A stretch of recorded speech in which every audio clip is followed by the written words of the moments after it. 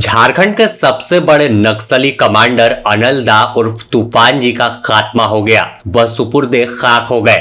लेकिन सवाल है कि टॉप माओवादी मिसिर बेसरा और असीम मंडल कहां है? सारंडा में अब आगे क्या होने वाला है और नक्सलियों की क्या प्लानिंग है? इस खबर में आपको पूरी कहानी बताएंगे कि आखिर सारंडा का किरीबुरू थाना क्षेत्र और छोटा नागर में फिलहाल सुरक्षा बलों का टारगेट क्या है और कहां किस तरह से अब आगे जवानों का अभियान बढ़ेगा।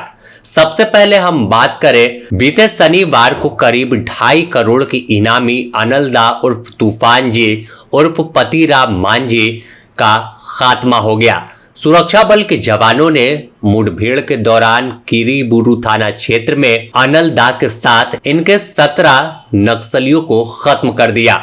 मुठभेड़ में मारे गए, जिसके बाद अब वापस से अगर देखें तो इनका 100 जंगल से निकालकर देर रात गांव पहुंचा गिरिडीह के पीरटाड़, और जहां पर इनका अंतिम प्रक्रिया जो तमाम है सुपुर्दे खाक वो किया गया। इस दौरान जब गांव की तस्वीर निकलकर सामने आई तो तमाम लोग रो रहे थे, दहाड़ रहे थे और मान रहे थे कि उनके बीच का कोई चला गया। भले हम आप इसे सबसे खतरनाक नक्सली कहते हैं, लेकिन अनिल दा भी किसी का अपना था। इसके भी बच्चे थे, पत्नी थी, मां थी जो दहाड़ मारकर रो रही थी। अनिल दा का एक चैप्टर खत्म हो गया, लेकिन अब मिसिर बेसरा और असीम मंडल। ऐसे में अगर हम बात कर ले सबसे पहले कि मिसिर बेसरा कौन है और क्यों अब असीम मंडल और मिसिर बेसरा की इतना ज्यादा चर्चा शुरू हो गई है, तो मिसिर बेसरा फिलहाल सेंट्रल कमेटी सदस्य के साथ साथ पोलित ब्यूरो मेंबर है,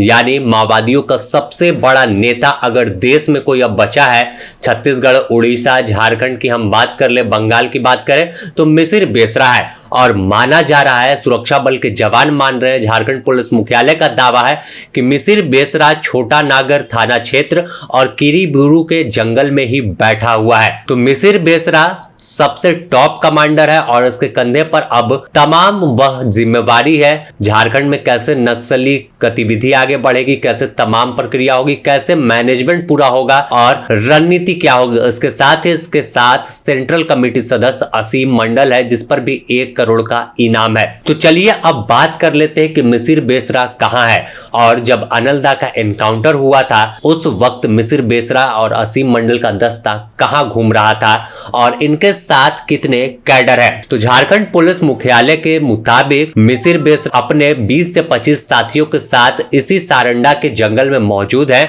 और छोटा नागर थाना क्षेत्र से लेकर किरीबुरू और टोटो इलाके के जंगल में इनकी गतिविधि देखी गई है। पुलिस मुख्यालय ने दावा किया है कि असीम मंडल और मिसिर बेसरा अब अगला टारगेट है और इनके दस्ते के साथ भी बीते रविवार को कई मुठभेड़ हुई है। कई साथी इनके दस्ते के भी मारे गए हैं, यानी जो 17 माओवादी ढेर हुए हैं तो उसमें यह दोनों कुख्यात भी थे। तो अब सीधे तौर पर टारगेट और निशाने पर मिसिर बेसरा है।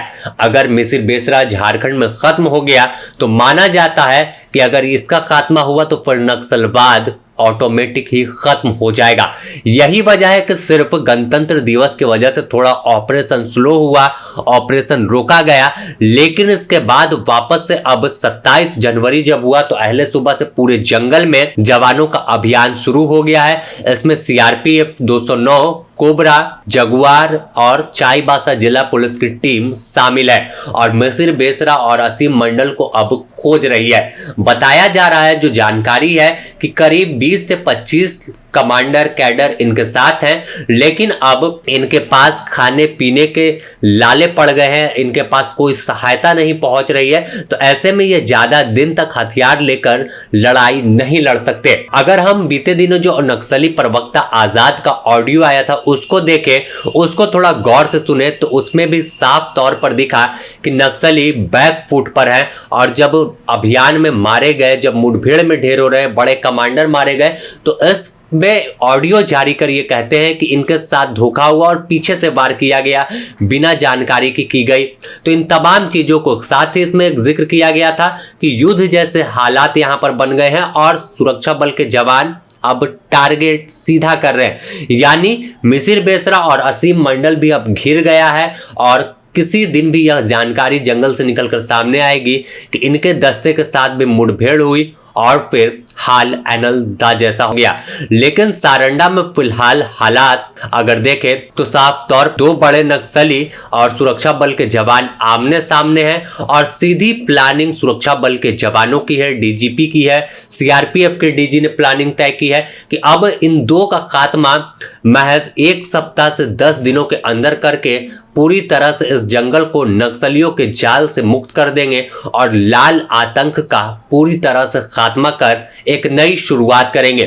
यानी जब मार्च 2026 के बाद अप्रैल का माह आएगा तो फिर एक नए तरीके की तस्वीर सारंडा से निकलेगी, नए झारखंड की तस्वीर दिखेगी कि जहां पर आईडी का जाल नहीं बल्कि हर तरफ पर्यावरण और खुशहाली दिखेगी, आदिवासी कल्चर आपको जंगल में देखने को मिलेगा। वहीं अगर हम दूसरी तरफ देख ले तो छत्तीसगढ़ में जिस तरह से ऑपरेशन हुआ, लेकिन फिर से करेगुट्टा हिल्स इलाके में माओवादियों ने एक बार जवाबी कार्रवाई की जिसमें 11 सुरक्षाकर्मी बीते दिन घायल हुए 26 जनवरी को। तो ऐसे में अब यहां पर सतर्कता भी बढ़ती जा रही है क्योंकि बड़ा कमांडर नक्सलियों का ढेर हुआ। तो कहीं झारखंड में भी इसी तरह से नक्सली कोई प्लानिंग ना कर रहे, इस वजह से सुरक्षा बल के जवान हर कदम देखकर जांच परख कर रहे हैं। बम स्क्वाड की टीम इनके साथ आगे चल रही है और जमीन को जांचती जा रही है कि कहीं यहां पर भी कोई आईडी का जाल ना हो और उनका पांव पड़े और फिर जोरदार ब्लास्ट ना हो जाए। तमाम गतिविधि पर नजर है और बने रहें द न्यूज पोस्ट के साथ, इससे जुड़ी और भी अपडेट आपको देंगे।